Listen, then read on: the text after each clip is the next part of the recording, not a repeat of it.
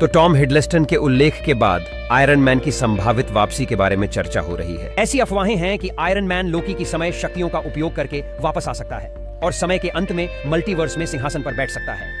इस विचार ने प्रशंसकों के बीच बहुत सारी अटकलें और उत्साह पैदा कर दिया है और कई और रहस्य सामने आ गए हैं। तो जानने के लिए बने रहे। लोकी सीजन 2 के बाद टॉम हिडलस्टन अपने किरदार लोकी को मार्वल सिनेमैटिक यूनिवर्स में रॉबर्ट डाउनी जूनियर द्वारा निभाए गए आयरन मैन को वापस लाने की संभावना के बारे में बात कर रहे हैं। समापन में लोकी कहानियों का देवता बन जाता है, जिससे वह विकसित हो रहे मार्वल ब्रह्मांड में महत्वपूर्ण बन जाता है। हालांकि यह अनिश्चित है कि लोकी एमसीयू में कब लौटेगा।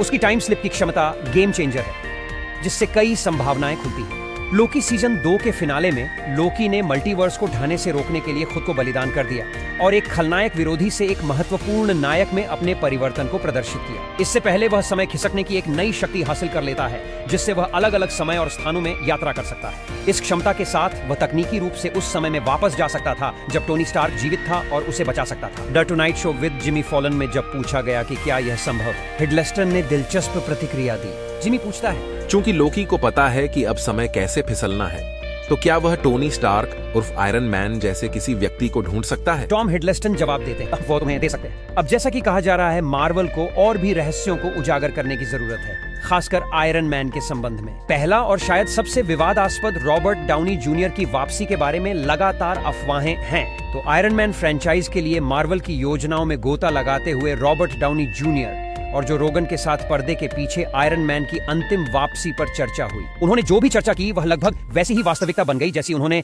भविष्यवाणी की थी।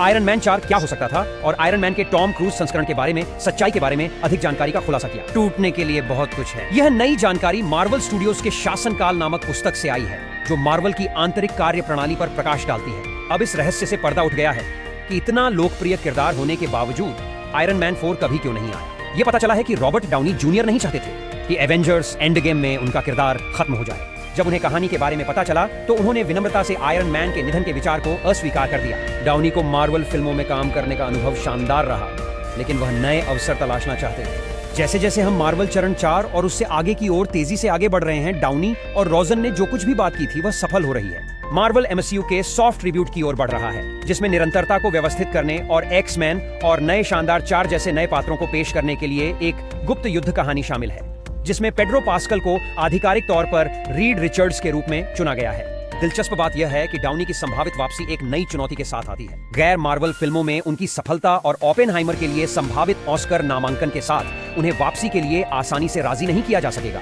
हालांकि मल्टीवर्स अवधारणा मार्वल को डाउनी के आयरन मैन को एक वैकल्पिक ब्रह्मांड से वापस लाने की अनुमति देती है, जो भविष्य में प्रदर्शित होने के लिए लचीलापन प्रदान करती है।